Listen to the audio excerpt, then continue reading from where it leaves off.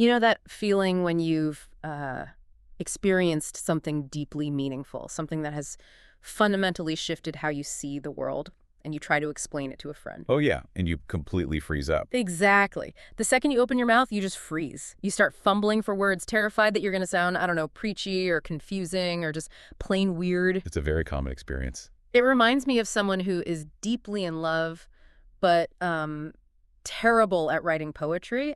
The feeling is 100% real, but the words just come out sounding like a cliche greeting card. Right, you either end up oversharing and completely overwhelming them. Or you just retreat into silence. It is a universally frustrating feeling. That gap between a profound internal conviction and the ability to clearly communicate it to someone else is incredibly common. I mean, it happens in business, it happens in personal relationships, and it certainly happens in matters of faith. And it often leads to a lot of, well, missed connections. And that tension is exactly the focus of today's deep dive. We are looking at a pretty extensive training manual today. It's titled 020 Testimony and Gospel Fluency Workshop .pdf. It's a fascinating document. It really is. Our mission for this deep dive is to extract the core framework from this workshop. So whether you are looking to understand Christian communication strategies, or maybe you're aiming to articulate your own personal beliefs, or if you are just insanely curious about how anyone translates complex, heavy theology into everyday human language. Which is not an easy task. Not at all. We are going to uncover the mechanics of turning deeply held beliefs into a natural, relatable story. Okay, let's unpack this. The source actually starts by pointing out a surprising statistic about the modern Christian church. What's fascinating here is the way the manual frames the issue. It goes against the common assumption. It argues that the modern church's primary problem is actually not a lack of belief. Right. The text points out that the sanctuaries are full, the worship is vibrant. The real problem is what it calls a crisis of inarticulateness. A crisis of inarticulateness. Exactly. Believers know what they believe, but they completely lack the fluency to share it with others. They have the knowledge, but they are entirely missing the language. But if the goal of the manual is to help people share their faith, isn't telling them not to try to persuade people a bit, I don't know, counterintuitive? How does the manual justify taking the persuasive goal away? It seems to argue that for generations, evangelism has been treated as a high-pressure sales pitch. It really has. And the theological and psychological shift the source proposes to solve that tension is brilliant. It points back to the original Greek word used in the New Testament for testimony, which is martyria. Martyria. Like martyr. Related, yes. But think about it from a legal and historical standpoint. A witness in a courtroom doesn't create reality, and they aren't evaluated by their persuasive flair like a defense attorney would be. Okay, that makes sense. A witness is simply there to tell the truth about what they have seen and heard, period. Wow, that distinction completely changes the emotional stakes for the person speaking. Being the lawyer means you have to win the case. You have to convince the jury. Right. But being the witness just means you have to recount your afternoon. If we think about why this matters to you, the listener, it really comes down to the burden of responsibility. Persuasion demands that you control the outcome. You have to secure a verdict. And when you feel responsible for changing someone's mind, anxiety just skyrockets. Exactly. And that is exactly why people freeze up. But witnessing, according to the text, is simply telling the truth about an experience and leaving the outcome entirely alone. The psychological shift from, I have to convince you, to, I just have to share what happened to me, brings an immense amount of freedom. To back this up, the source gives a historical example from the book of Acts. It points out that the early Christian church didn't grow because they had like a team of master debaters holding massive philosophical conferences. No, not at all. It grew because ordinary, unnamed believers in the ancient city of Antioch simply spoke to their Greek neighbors about what they had personally seen and heard. There was no formal theological training involved, just clarity. That historical context connects to a core theological principle in the manual, which is the idea that God is already at work. Okay. The speaker isn't initiating a divine movement or creating a spiritual interest out of thin air. They are merely responding to a divine initiative that precedes them. The pressure to manufacture a result just vanishes when the framework assumes the heavy lifting is being handled by a higher power. Which leads perfectly into one of the strongest stances the manual takes, this idea that encounter must always come before explanation. This is crucial. The text argues that theology and doctrine are really just the explanation of an encounter. If someone tries to give the explanation without having actually had the personal encounter, the testimony becomes completely hollow. The source grounds this abstract idea in some very specific biblical case studies. Take the story of the Samaritan woman from the Gospel of John, chapter 4. Jesus doesn't approach her with a systematic theological lecture. Right, he just asks for water. He meets her at a well in the middle of her ordinary day and addresses the real messy reality of her life. And her response to that encounter is notable because it's so incredibly simple. She goes back to her town, and her entire testimony is just, "Come, see a man who told me everything I ever did." That's it. That is it. There's no creedal formula there. Yeah. No atonement theory. Just a pure, authentic report of an encounter. Wait, atonement theory. For those of us without a seminary degree, you mean the deep theology of how exactly Jesus' death pays for sin? That is the one. She doesn't get into the mechanics of salvation, the cosmic scales of justice, or any high-level doctrine. She just reports what happened to her at the well. Another example the text uses is Paul the Apostle standing trial before King Agrippa in Acts 26. That's a huge moment. Paul's life is literally on the line. It is the ultimate high-pressure situation where you would expect an educated guy like him to use sophisticated philosophical arguments to win his freedom. But instead, he just tells his personal story. He talks about who he was before, his blinding encounter with the risen Christ on the road to Damascus, and how his life and mission changed afterward. He frames his whole defense as a confessional narrative, not a detached debate. This highlights a critical point from the text. You cannot effectively articulate a doctrine you haven't personally experienced. The source draws in the 18th century theologian Jonathan Edwards and his concept of religious affections. Religious affections, yeah. Edwards argued that true faith requires both light in the mind, which is the understanding of facts, and fire in the heart, which is the emotional reality of those facts. Light and fire. Yes. Memorizing a script without an actual lived encounter results in what the manual calls a rehearsed performance. It might be factually correct, but listeners can intuitively sense when speech is borrowed rather than owned. It's the difference between reciting a movie's plot summary from Wikipedia versus explaining why that movie changed your life. That makes perfect sense. And the source uses that concept to debunk the myth of the perfect testimony. So many people feel like they can't share their story because they didn't have a dramatic lightning bolt moment like Paul on the Damascus Road. Which stops so many from speaking up. But the text insists that an encounter with grace can be gradual, it can be messy, it can be full of doubts. You don't need a spectacular story, you just need an honest one. That honesty is the absolute foundation of credibility. And once that foundation is established, the manual provides a structure to help communicate it clearly. Here's where it gets really interesting. The workshop outlines a highly practical tool called the 3-minute testimony framework. And even if you aren't religious, there is a masterclass in narrative structure here. Think about any good TED Talk or startup pitch. It always starts by establishing the universal problem before introducing the solution. Exactly. The text is very careful to say this isn't a rigid script to memorize. It's a narrative scaffold that mirrors the overarching biblical story of creation, fall, redemption, and restoration. It's a way to organize thoughts so that the listener can clearly perceive the contours of the transformation. Keeping it under 3 minutes is an intentional constraint. It respects the listener's time, it maintains a conversational flow, and it forces the speaker to distill their story down to the absolute essentials. Let's break down the 3 parts of this framework. Part 1 is life before Christ, which the text calls naming the ache. The manual makes a very distinct point here. This is not about listing out spectacular sins or failures. Right. It's about naming the root idol or the universal human longing that was driving the person. The manual explicitly warns against exhibitionism. The goal isn't to shock the listener with a dark past. In fact, the text points out that external morality does not equal spiritual life. A person could have a highly successful career, be a model citizen, and have a seemingly perfect life, but still be driven by an idol of control or a desperate need for approval, resulting in a profound internal emptiness. That's the ache. Yes. Naming that ache creates empathy.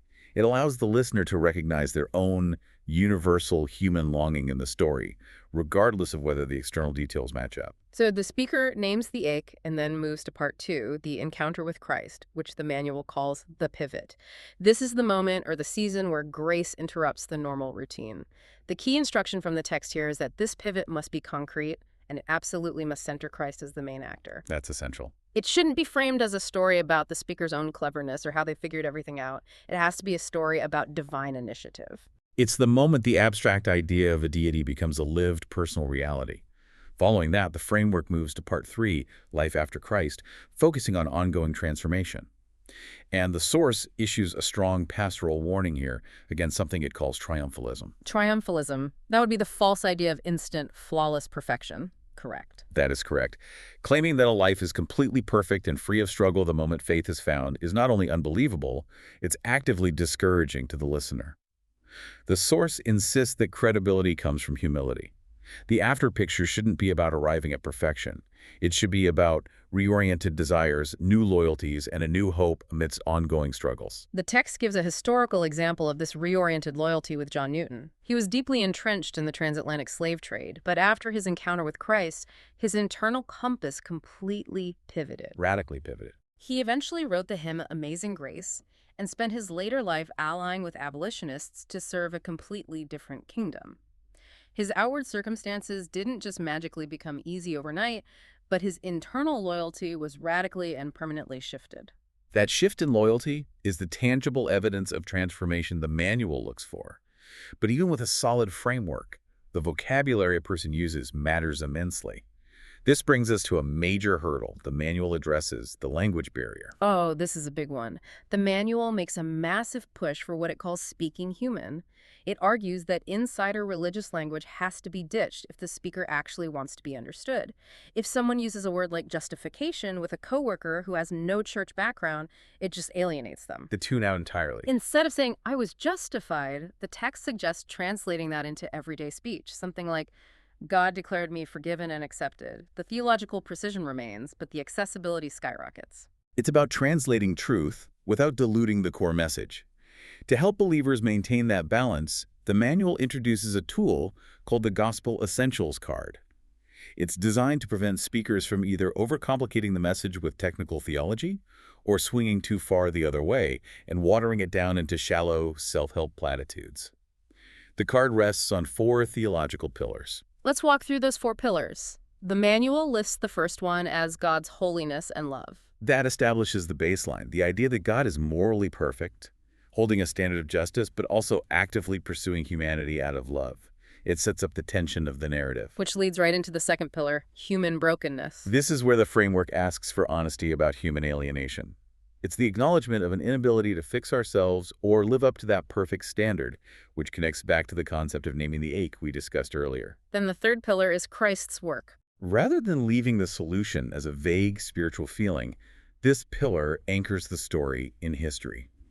Specifically, Jesus' life, death, and resurrection as the bridge across that alienation. And finally, the fourth pillar is the response of faith and repentance. This is the application. It's the invitation to turn away from self-reliance and actually trust in that offered grace. The text essentially says if a speaker hits those 4 pillars, they've shared the core message, even if they never use a single fancy seminary word. But even with the framework and the essentials card, the manual outlines several common pitfalls that can trip people up. These pitfalls are incredibly practical. The first one the source highlights is the danger of oversharing. It's very easy to turn a short testimony into an exhausting, self-centered autobiography. The manual uses the example of Augustine of Hippo's famous book, Confessions. Which is widely considered a literary and theological masterpiece. It is a masterpiece. It's a brilliant, exhaustive theological reflection on his life of sin and redemption. But as the text notes, it's great for a massive book and terrible for a 3-minute chat at a coffee shop. Right, you don't want to hear that over a latte. Exactly. Handing someone a chronological list of every mistake you've ever made overwhelms the listener. You have to edit yourself to respect the constraints of casual conversation. Keep the focus on the pivot and the transformation, not a play-by-play of the past. The second pitfall the manual identifies is theological overload. This ties back to the jargon issue, but it's also about knowing your audience. For example, the text explicitly warns against using words like propitiation. I have to admit, if someone used that word on me at a bus stop, I wouldn't even know what they were talking about. Which is exactly the manual's point. Propitiation is a dense theological term that essentially means an offering that appeases the wrath of a deity. It's a crucial concept in certain theological circles, but throwing it into a casual conversation is a guaranteed conversation killer. It really is. The manual brings up Paul again, this time at the Areopagus in Athens. When he was speaking to Athenian philosophers, he didn't quote Jewish law or use Hebrew temple terminology. He used their own cultural references and poetry to explain his message. He contextualized the truth without compromising it. He spoke their language. And the third major pitfall the manual identifies is the fear of rejection. This is the anxiety that keeps so many people completely silent in the first place. The manual's solution to that fear is deeply tied to what we discussed earlier about witnessing versus persuasion. The text says the speaker has to completely reframe the concept of rejection. In this framework, rejection is God's responsibility, not the speaker's. The speaker's only job is to offer the invitation. Yes. Taking the weight of the listener's response off the speaker's shoulders is meant to neutralize that paralyzing fear. But doing all of this, the framework, the translation, the reframing of rejection, it's a lot to process. The text is incredibly firm on the point that this shouldn't be done alone. If we connect this to the bigger picture, all of this preparation can't happen in a vacuum. The manual calls the church community a training ground. It's a safe laboratory where individuals can actually practice saying these things out loud to real people. The power of feedback in these small groups seems to be where the real refinement happens. The manual shares an anecdote about a young man named Caleb. He had a powerful story of moving from cynicism to faith, but when he practiced sharing it in his small group, his peers gently pointed out that his storytelling was coming across as very defensive and argumentative. He was essentially trying to win a debate he was constantly having in his own head, rather than just sharing his experience. Through that gentle, communal correction, he learned humility. He was able to adjust his tone to make his story an invitation rather than a combative argument. There's another great example in the text about a mid-career professional woman. She was struggling to share her faith at work because it always felt too complicated. In her discipleship group, the feedback helped her realize she was giving way too much background detail. She learned to cut the clutter, which made her story vastly more focused and much easier to share on a quick coffee break. That kind of refinement only happens when you practice out loud with people who can offer constructive, objective feedback. But the ultimate goal of the workshop isn't just to have great practice sessions in a closed room. The final step is mobilization. Taking it out into the real world. Moving from formation into actual practice. The manual describes a specific event called commissioning. It's an intentional act of sending believers out through prayer and communal blessing. This isn't just a formality. It's meant to facilitate a psychological shift from individual performance anxiety to what the text calls missional confidence. Missional confidence. I like that. It's the realization that the individual is not going out alone. They are participating in a larger mission, backed by their community. It gives them the courage to actually open their mouth when the moment arises. The manual sums this entire concept up with a really evocative phrase. It says, the world doesn't need louder Christians, it needs clearer ones. It's a great summary. It's not about turning up the volume, being more aggressive, or winning culture wars. It's about having the fluency to speak simply and authentically about something meaningful. That clarity is what actually cuts through the noise of a very crowded, very loud cultural moment. So, what does this all mean? If we pull all these threads together, the core takeaway for you, the listener, is that authentic communication, whether you are trying to share a religious testimony, pitch a startup, or just explain a profound personal transformation in your own life, relies on honesty. Honesty is everything. It requires you to ditch the insider jargon so you can actually be understood by people outside your bubble. And most importantly, it means treating your conversations as open invitations to connect rather than debates that you have to win. This raises an important question to mull over as we finish up, building on the manual's concept of naming the ache. If the most powerful stories and testimonies start by identifying a deep, universal human longing, that ache for meaning, for control, for approval, before any resolution is ever offered. What is the unspoken ache driving the people you interact with every single day?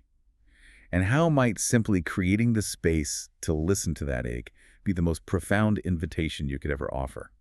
That is definitely something to think about the next time you're grabbing coffee with a coworker or catching up with a friend. Thank you so much for joining us on this deep dive into the source material. We'll catch you next time.